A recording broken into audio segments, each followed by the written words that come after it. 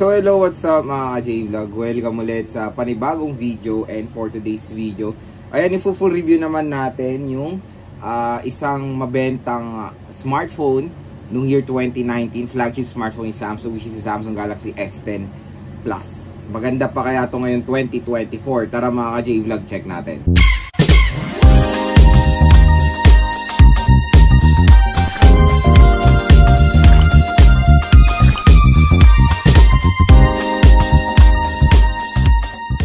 Kaya napagawa na ako ng game test ng Samsung Galaxy S10 Plus few months ago. Pero ngayon isi-review natin siya since yung S10 kasi maraming nagkaka-interest din sa review natin. Ayun, naggumawa nga raw tayo ng S10 Plus review. So dalawa kasi yung binili ko dati, S10 Plus and S10. So yung S10 Plus, ayan, i-review nga natin for today. At syempre nabili ko rin yun ng pre-love sa Green Hills. Pero meron din tayong S10 Plus na na-purchase nung mismong launch date ng S10. Sa ano ko yun sa postpaid plan ko yun sa Smart. Nakuha ko siya nung March 2019.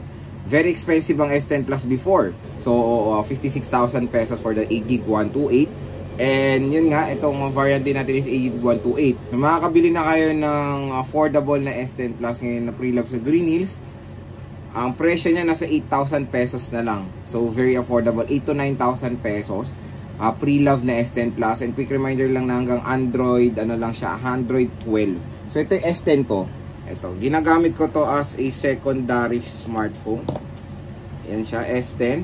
So ano siya, yes, wala na siyang update sa Android 14 or 13. Pero still, very usable pa rin itong S10. Marami pang support ng mga apps, even games. So nag-game test na rin natin itong S10 and S10 Plus. Yung S10 Plus, nag-game test ko na yun. Check nyo na lang sa ating channel.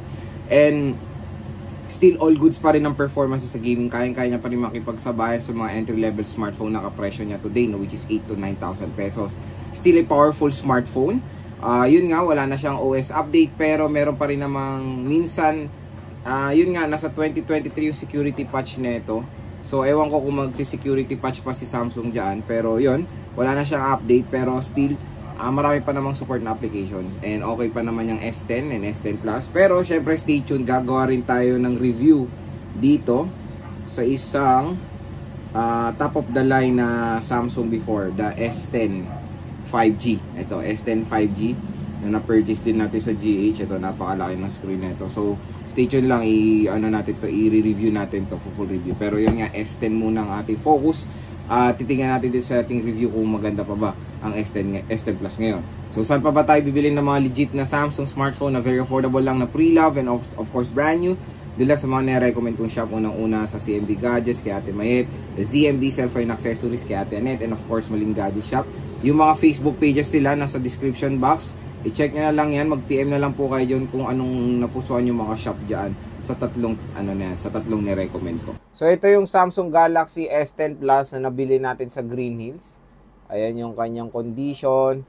Ito nabili ko, aware ako na may basag siya dito sa likod. Pero nabili ko to ng super duper mura lang. Kaya all good siya sa akin dahil likod lang naman ang basag niya. Pwede ko naman siya lagyan ng case. Kasi napaka good deal ko lang nakuha itong presyo ng Samsung Galaxy S10 Plus ko na to. Minsan kasi may mga AMOLED burn, merong mga gasgas sa sobra, mas mababa niyo po makuha yan. Tulad nitong may crack, nakuha ko to ng mas mura. Kaya yun, very affordable na lang itong S10 Plus. Pero sa presyo niya na 9 to 12, okay na okay pa rin. Very sulit. Kasi ito, nung lumabas to, nasa 60,000.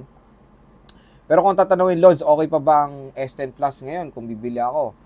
Kung ako tatanungin mga ka-J-Vlog, definitely, maganda pa rin siya. Even though wala na siyang software update. Pero take note, Android 12. Android 12 still relevant pa yan sa market. Matagal pa po magkakaroon ng support sa Android 12. Even yung mga popular games ngayon ay supported pa rin ng Android 12 mga ka-J-Vlog.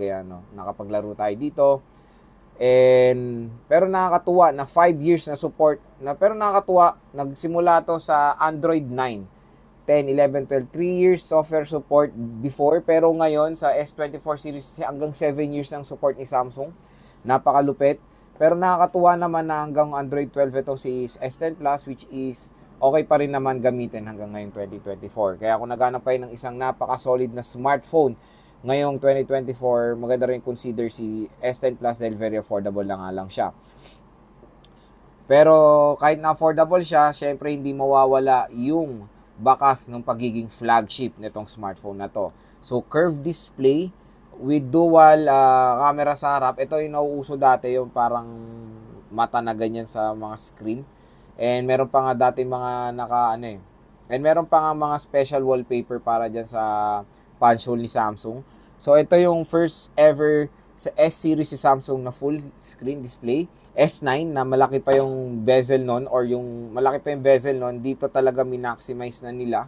Meron pa nga sila nun yung introduction nito, yung transition niya from S9 na may barcode doon na pag ganun, tapos naging full screen siya. So syempre ako kasi, parati kong inaabangan lahat ng event ni Samsung. Dati pa, S4, S5, S3, S6, S7, S8, S9, S10. Lahat po ay nasaksihan ko mga innovation ni Samsung. Kaya nakakatuwa at sobrang na-appreciate ko yung mga smartphones today. At kaya sobra ako nahilig dyan. Nagkaroon din ako nito, very pricey nga to before. 60,000 plus at pagkaalam ko, 50 or 60 plus, parang ganun.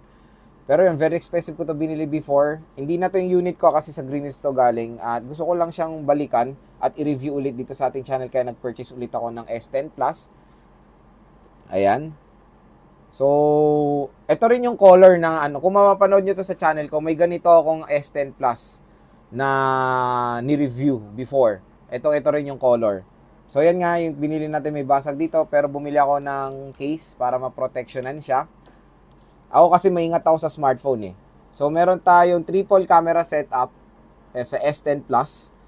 Yung S20, napakalaki na nung nun. Stay tuned lang, baka makabili rin tayo ng mga murang S-series. I-review rin natin yung isa-isa kung sulit pa ba ngayong taon. Pero ito yung gilid niya. May mga gasgas ng konti. Expect na natin yan, second hand. Pero dito yung power button niya. Sa taas is microphone and meron tayong SIM tray dito. Sa SIM tray niya, alam ko hindi pa hybrid before eh. Wait lang. Yes, hybrid na pala. So hybrid, first SIM is SIM 1. First slot is SIM 1. Second slot is SIM 2 or micro SD card. Maganda, expandable pa before kasi hindi na expandable ngayon yung mga smartphones. And dati, meron siyang dedicated Bixby button na maraming nagreklamong consumers niyan na ayaw nila yan. Kaya tinanggal ni Samsung yan. Dati, sa iba, Google yan, ni Google button. Pero yan, may Bixby button siya na inalis na yan sa mga current na flagship smartphone ni Samsung. Meron tayo ditong volume rocker. Sa baba naman is a 3.5mm headphone jack na hindi na natin makikita yan ngayon sa mga flagship. Type-C, microphone, and speaker grills. So, dual stereo speakers si Samsung Galaxy S10 Plus. Isa dito sa baba at isa dito sa earpiece. So, yan yung kanyang camera. Malinaw camera nito mga ka-J-Vlog. Dual camera siya. Isang camera niya is ultra-wide. Ayan, ultra-wide. So, hindi ganun kalaki yung pagka-ultra-wide niya eh. So, ito yung main. 0.5. Yes, ultra-wide camera. A very popular feature before in 2019 sa mga smartphones. 2x zoom na hanggang 10x zoom lang po ang Samsung Galaxy S10 Plus. Hindi pa nauso dito yung 100x zooming. Sa settings, ayan. Wala rin dito yung may watermark. I think, yes. Wala rin watermark. Dati. Kaya hindi mo ma-flex yung unit mo. Pero ngayon meron na watermark eh sa mga Samsung. Sa video, ito maganda dito. 2019, support niya na ang 4K resolution, 60 FPS. Malaking feature yan before sa mga smartphones. And front cam is maganda doon, is available din ng 4K resolution, 60 FPS pa nga.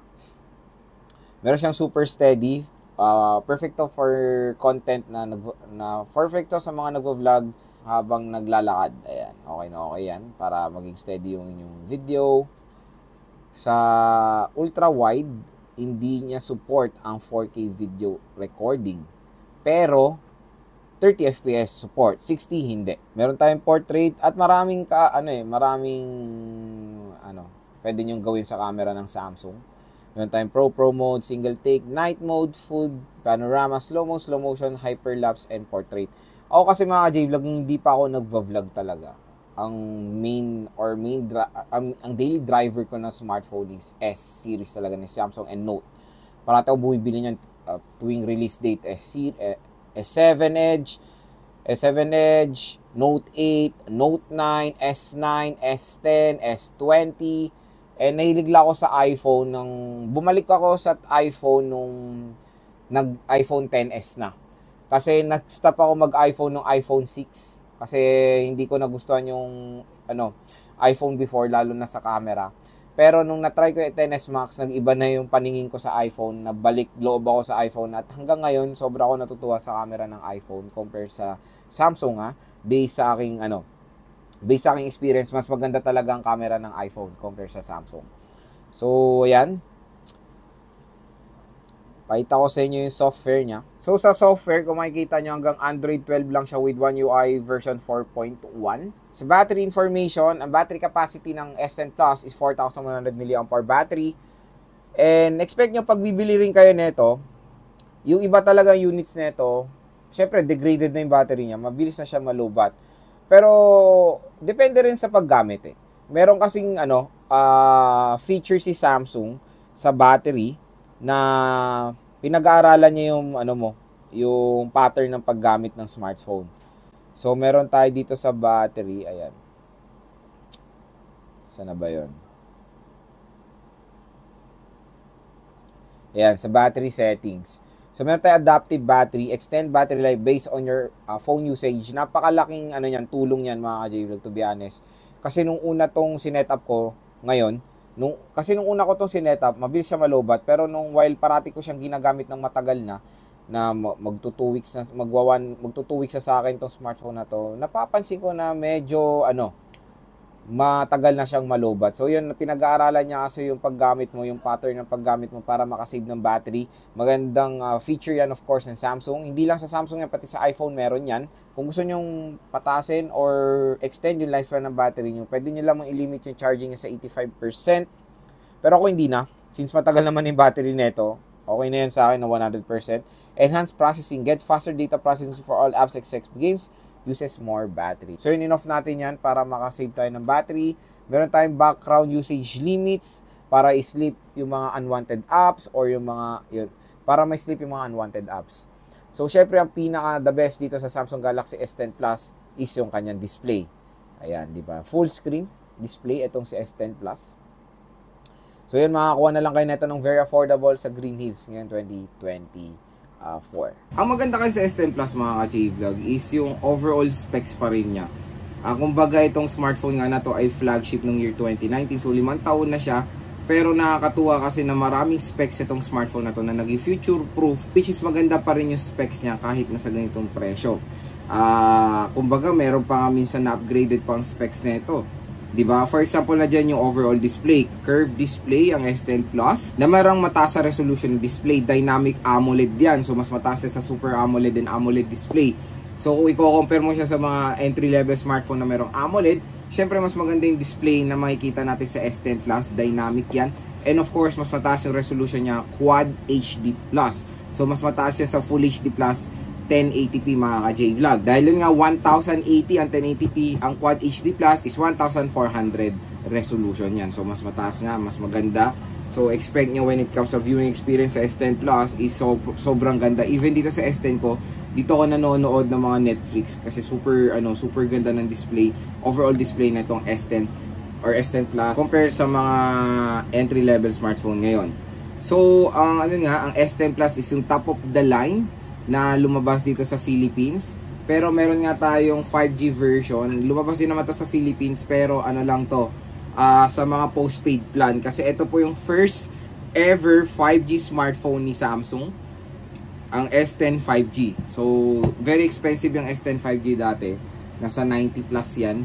So, ang top of the line before nga ng Samsung is the S10 Plus. Wala pang S10 Ultra. Lumabas lang yung S20.